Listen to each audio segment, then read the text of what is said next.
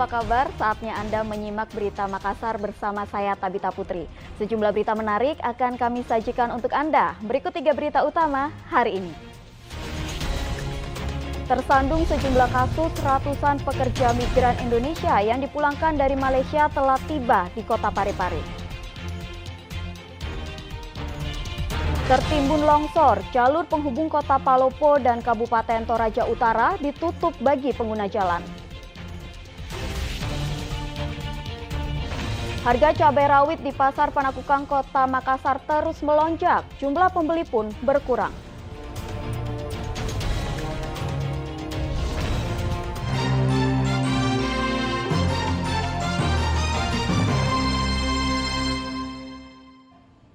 Ratusan pekerja migran Indonesia tiba di dermaga Pelabuhan Nusantara Parepare. Mereka dipulangkan dari tempat bekerja di Malaysia karena tersandung sejumlah kasus. 179 pekerja migran Indonesia dari berbagai wilayah tiba di dermaga Pelabuhan Nusantara, Kota Parepare pada Senin pagi. Mereka sebelumnya bekerja di perkebunan kelapa sawit Sabah, Malaysia. Menurut Koordinator Pelayanan Badan Perlindungan Pekerja Migran Indonesia atau BP2MI, Parepare, para pekerja migran ini dipulangkan ke Indonesia karena tersandung kasus administrasi imigrasi tidak lengkap dan penyalahgunaan narkotika. Daerah mana saja asalnya? Sulsel, Sulbar, Sulawesi Tenggara, Jawa Timur, NTT, NTB, ada juga Kalimantan. Ini rata-rata pekerja apa di sana, Bang? Rata-rata pekerja sawit. Oh, sawit ya. Untuk pelanggarannya kalau boleh tahu Bang apanya? Sebagian besar karena tidak memiliki paspor. Ya. Terus ada juga sebagian kecil karena kriminal dan narkoba. Narkoba banyak kriminalnya ya. Nah, ini dijemput sama siapa? Mereka langsung pulang ke daerah masing-masing atau ada pemerintah yang distribusikan ke daerah masing-masing. Ada juga yang dijemput keluarga. Pekerja migran Indonesia yang dideportasi ini diantar ke kampung halaman oleh pemerintah daerah serta dijemput keluarga. Suwardi Gatang melaporkan dari kota Parepare. Sepasang kekasih yang menjadi tersangka aborsi ilegal di kota Makassar masih diperiksa intensif. Pemeriksaan sempat terhambat karena kedua tersangka memberikan keterangan berbeda. Sejak tiba di Polrestabes Makassar, sepasang kekasih yang menjadi tersangka aborsi ilegal di kota Makassar terus menjalani pemeriksaan intensif. Kedua tersangka yang diperiksa memberikan keterangan berbeda. Pelaku wanita mengklaim ada 7 janin yang menjadi korban aborsi ilegal, sedangkan pelaku pria mengklaim hanya 4 janin. Perbedaan kesaksian ini mengakibatkan penyidikan terhambat sehingga polisi perlu pencocokan DNA janin. Jika terbukti 4 janin yang menjadi korban aborsi ilegal, maka ada kemungkinan tersangka baru. Sampai saat ini masih kita laksanakan pemeriksaan yang sangat mendalam, ya, karena kondisi dari tersangka perempuan yang masih lelah keterangan yang bersangkutan, jadi kita tadi sempat istirahat dan kita akan lanjutkan lagi nanti.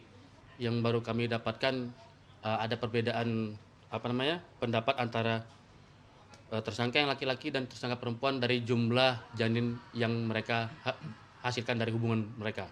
Itu berapa janin? Itu seperti apa? Perempuan berapa janin? Yang kalau menurut perempuan 7 janin yang mereka gugurkan, kalau menurut laki-laki 4. Jadi kemungkinan kita akan lakukan tes DNA untuk memastikan janin siapa saja yang ada di situ. Terbongkarnya kasus aborsi ilegal ini usai ditemukannya 7 janin dalam kotak makan plastik di kamar indekos Kota Makassar pada Minggu 5 Juni 2022.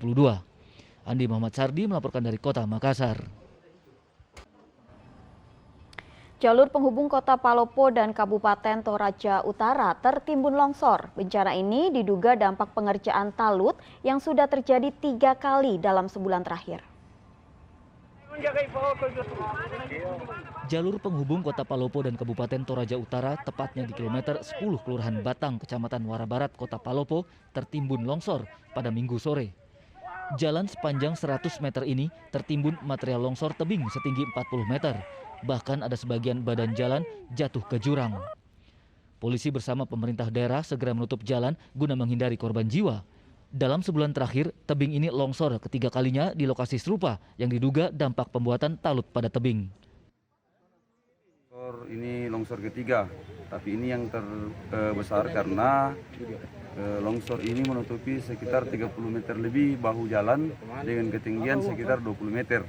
Sehingga akses jalan untuk Palopo Toraja ataupun sebaliknya itu lumpuh total. Teman-teman dari Kepolisian Lalu Lintas Polres Palopo sudah mengalihkan kendaraan untuk tidak melewati jalan ini sementara karena potensi susulan ini masih ada karena lokasi sekitar longsoran ini masih bergerak tanahnya. Penyebabnya kalau hujan tadi malam memang sedikit agak deras. Cuman mungkin karena ada juga hubungannya dengan terkait galian proyek yang dilakukan oleh Dinas PU Bina Marga. Tidak ada korban jiwa dalam bencana ini, namun akses jalan terputus sehingga kendaraan maupun pejalan kaki sulit melewati akses jalan yang tertutup longsor. Wahyudi Baso melaporkan dari Kota Palopo. Hingga Senin siang, jalur penghubung Kota Palopo dan Kabupaten Toraja Utara masih ditutup bagi pengguna jalan. 1 alat berat dikerahkan untuk membersihkan material longsor yang menutup badan jalan.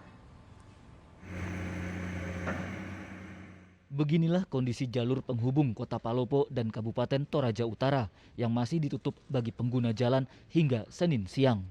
Jalan di kilometer 10 Kecamatan Wara Barat, Kota Palopo ini tertimbun longsoran tebing setinggi 40 meter sejak Minggu sore. 1 alat berat dikerahkan untuk membersihkan material longsor yang menutup badan jalan sejauh 40 meter. Petugas belum memastikan kapan jalur kembali dibuka mengingat kondisi tanah masih labil.